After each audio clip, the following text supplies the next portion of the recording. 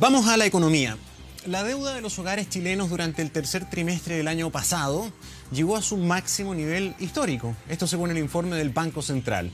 Una situación que parece preocupar si consideramos que las deudas representan casi el 70% de los ingresos de las familias. Un tema de varios que queremos analizar con el economista y académico de la Universidad Mayor, Tomás Flores.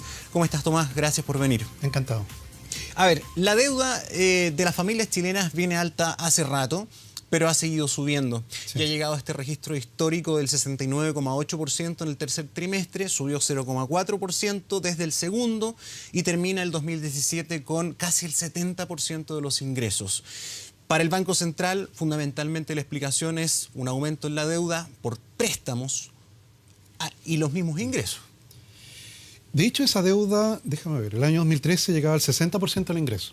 Es decir, para el promedio de los hogares chilenos, te fijas, el monto que debían era equivalente al 60% de lo que ganaban en un año.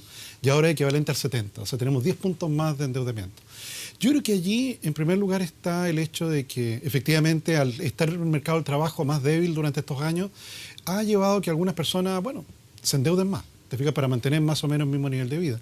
De hecho, el consumo de la familia ha seguido creciendo a un ritmo relativamente alto comparado con el resto de los indicadores económicos. Entonces, hay ahí efectivamente una preocupación.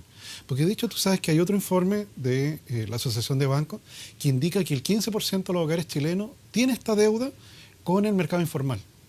Es decir, no son bancos, no son cooperativas, sino que son prestamistas, donde finalmente la tasa de interés que se le aplica es mucho mayor. Es mucho mayor. Claro. Ahora, ¿qué pasa en un país cuando las familias llegan a este nivel de deuda? ¿Cuáles son los riesgos y qué efectos puede tener en términos generales para la economía? Yo diría que el primer riesgo es que indudablemente no puedas pagar. ¿Te fijas? O sea, si ya el monto que dedicas todos los meses a pagar tus deudas es más del 50% del ingreso, estás en zona de peligro. Y ahí la recomendación es rápidamente repactar. Repactar, compactar la deuda, dar más cuotas de pago, pero efectivamente estás en zona roja. ¿Y hasta cuándo te permite la bicicleta? Pues ya estamos en el 70%. ¿La bicicleta hasta qué porcentaje? Lo que pasa es que en este permite? 70% sí, yo te diría que hay una parte importante que es crédito hipotecario. Hemos estado hoy día... Eso es importante, claro, no solamente consumo. No solamente consumo. Porque detrás de esa deuda hipotecaria hay una garantía real. Hay una vivienda de garantía. Entonces, en términos de riesgo, es un riesgo más moderado. Además que como las tasas de interés de crédito hipotecario han estado históricamente bajas, yo creo que algunas personas que tenían ingreso estable, que tienen un trabajo de mediano plazo, han aprovechado esta oportunidad. Entonces, una parte de este incremento es deuda hipotecaria. Sí, lo que es riesgoso es deuda de consumo. Te fijas que está con muchos prestadores, con distintos prestadores, y en lo cual, si esa persona finalmente pierde su empleo, se corta toda la cadena de pago. De hecho, yo me recuerdo la vez pasada para la crisis subprime, cómo efectivamente muchos de los hogares chilenos habitualmente tienen deuda con el retail, no con los bancos. Y por tanto, hubo algunas tiendas que efectivamente tuvieron dificultades, porque su cartera de crédito se empeoró de manera sustancial. Ese puede ser un impacto en el sistema. Así es, ese es el impacto en el sistema. Ahora, ¿qué pasa con la deuda del fisco? La deuda del fisco también está en un 25,2%, se logró reducir un poquito durante el último año 2017, pero de todas maneras está en un 25,2%, subió bastante. Y el año 2013 era 14% del PIB. O sea, casi se duplicó. Bueno, esa es la razón por la cual, ¿te recuerdas que el año pasado las clasificadoras de riesgo degradaron el ranking de riesgo de Chile, del gobierno de Chile? No porque debamos mucho, ¿eh? Tú sabes que de hecho, en términos comparativos, los americanos deben el 100% de lo que producen. Los japoneses deben el 250% de lo que producen.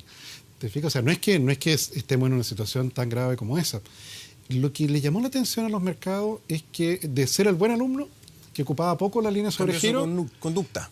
Cambió su conducta. Y en poco tiempo... ¿Y por qué te castigan al tiro si tu nivel de deuda es bastante inferior que otros? Claro, lo que pasa es que hay una advertencia. Igual estamos clasificados bien.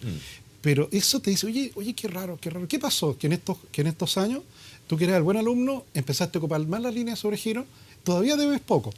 Pero si de nuevo haces lo mismo en los siguientes 4 años, ahí ya te pones ya en la zona más complicada. Entonces, estas agencias clasificadoras te miran eso, porque de hecho volver al ranking anterior tampoco va a ser muy fácil. Porque los tipos te van a mirar, van a mirar al gobierno de Chile y si se logra mantener estable la deuda y ojalá bajarla un poquito, tal vez en 3 o 4 años más, vamos a tener una recompensa. ¿Cuál es la importancia del comportamiento de deuda del fisco en el sentido de, por ejemplo, retomar ese nivel de calificación? ¿Es acceder como cualquier persona cuando tienes un buen comportamiento crediticio a mejor tratamiento del sistema financiero, ¿no? Sí, claro. Imagino yo una rebajada de tasas. Claro, porque cuando eres muy riesgoso, me hiciste recordar el caso brasileño. En el caso brasileño, antes de la última reforma, era tanta la deuda que tenían y tan cara la tasa de interés que tú sabes que cuando miraba el presupuesto público, se iba en pago de deuda más dinero del que se iba al sistema de salud estatal. Entonces, cuando ya el presupuesto público, te fijas que en Chile estamos lejos de una cosa tan grave como esa, cuando la mayor parte del dinero se va a pagar deuda en vez de ir al sistema sanitario, se convierte en un problema político. ¿Te fijas? Y por eso en Brasil finalmente modificaron la Constitución para congelar el gasto por los próximos 20 años. ¿Te fijas? No va a subir más.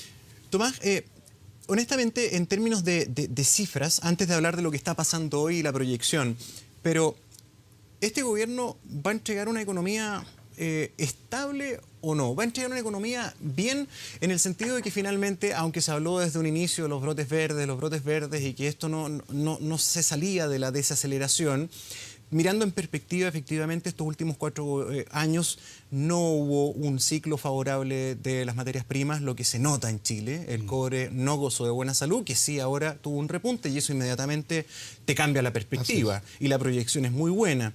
Si bien aumentó la deuda, de todas maneras es bien distinto gobernar con un escenario desfavorable en ese sentido. En la suma y en la resta, ¿se va a entregar una economía bien encaminada y creciendo como dijo Izaguirre? Que dos elementos allí. Yo creo que el primero es que no nos sorprendamos de IMASEX en los próximos meses bastante alto, porque la base de comparación es muy baja. Te coloco un solo ejemplo. Febrero de este año no me extrañaría que el IMASEC creciera más de 4%. Y eso es porque en febrero del año pasado Minera Escondida estaba en huelga. Y ahora ya no lo está. Que tuvo un rudo impacto eso. Sí, claro. Entonces, cuando tiene esos efectos puntuales se genera esa como ilusión óptica, en la cual, claro, tú vas a ver efectivamente el IMASEC de febrero muy alto, pero en realidad detrás de ello hay solo un hecho circunstancial, que no se va a volver a repetir en el IMASEC probablemente de abril. Entonces, por eso yo creo que es una economía que está creciendo a 1,5%, en el cual, tal como tú dices, el ciclo minero ya se está revirtiendo afortunadamente, pero en donde el motor de la inversión se apagó y estuvo 4 años apagado. Y por eso es que tú ves que para el presidente electo una de las primeras prioridades es tratar de encender ese motor, porque si logra prender ese motor con un ciclo internacional más favorable, puede levantar el crecimiento de la economía a tasas de entre 3 y 4%.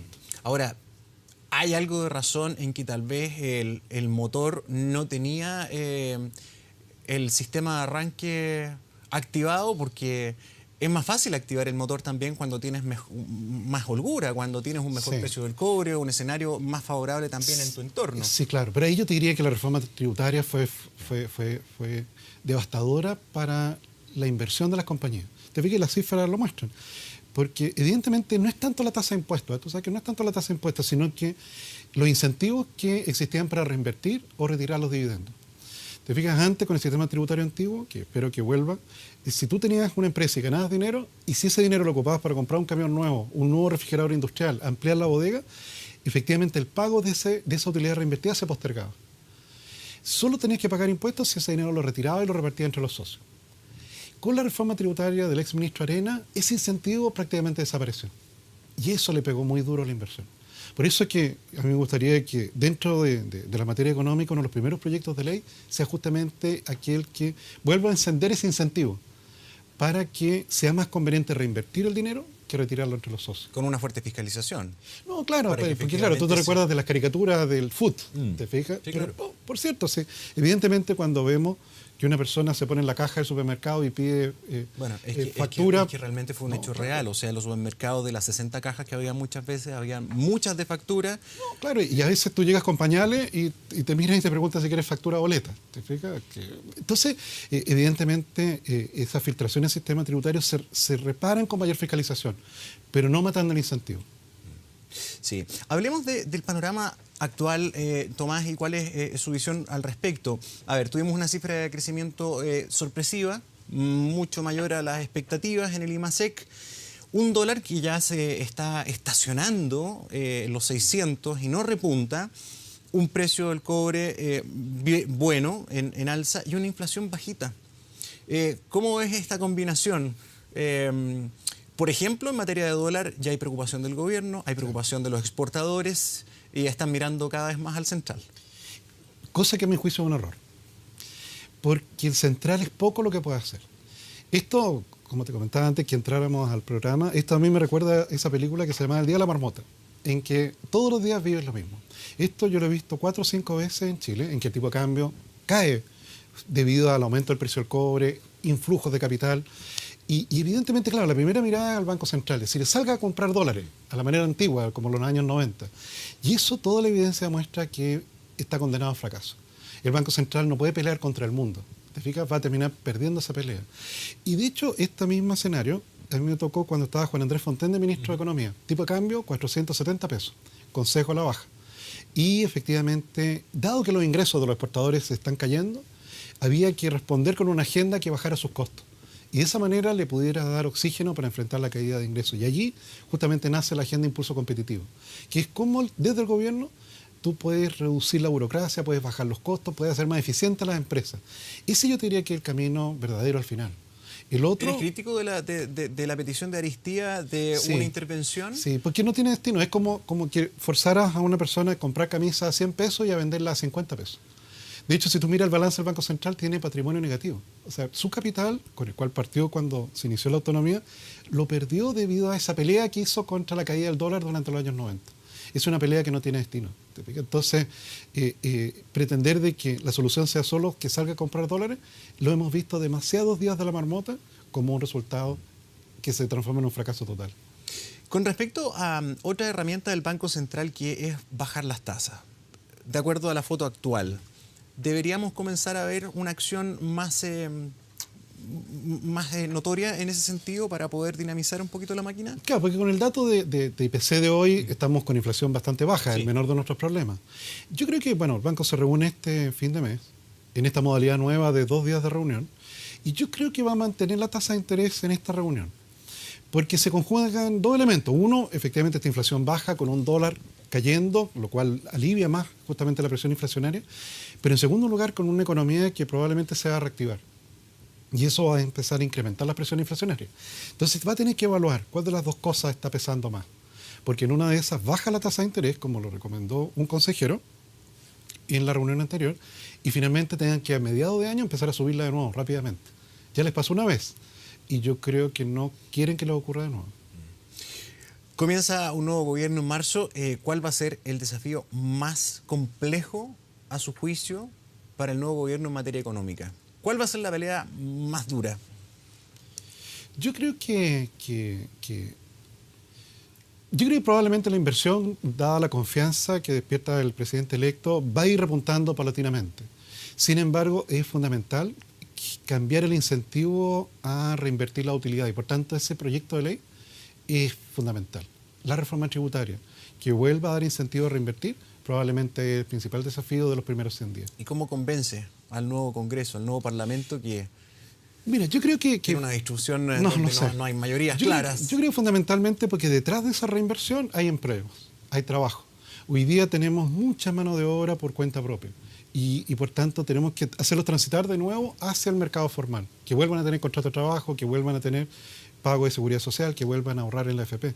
Y por tanto yo creo que el empleo que está detrás de esa reinversión debería motivar a los parlamentarios a votar a favor. Y en materia de empleo, a pesar de todo lo que pasó de la desaceleración, el desempleo en este gobierno se mantuvo en tasas bastante resilientes. ¿Ah? Es que hubo ese trasvasije. La persona era despedida del sector formal y se iba al sector informal a un emprendimiento por necesidad. En los dos sectores está ocupado y por tanto para el indicador tasa de desempleo, claro, no hubo mucha modificación, pero la composición cambió de manera radical. Con más cuentas propias. Con mucha cuenta propia. ¿Y cómo debería ser ahora? Debería empezar a moverse en el sentido inverso. ¿Te fijas? Y ahí con una presión de salario mayor a la que hemos visto hasta ahora. ¿Podría subir un poquito la tasa de desempleo? No, yo creo que no. Yo creo que no. Pero sí va a cambiar la composición. Yo creo que sí, los por cuenta propia van a empezar a caer y efectivamente empleado asalariado va a empezar a crecer de manera más robusta. ¿Su 2018 va a estar más ligado a la academia o tiene ganas de volver a colaborar en el gobierno? La academia es algo muy cómodo y muy agradable. ¿Y estamos dispuestos a dejar la comodidad? Bueno, la misión es muy importante. El presidente de la República sabe efectivamente lo que lo que necesite. ¿No ha sido contactado aún? No. Yo estoy muy cómodo en la universidad.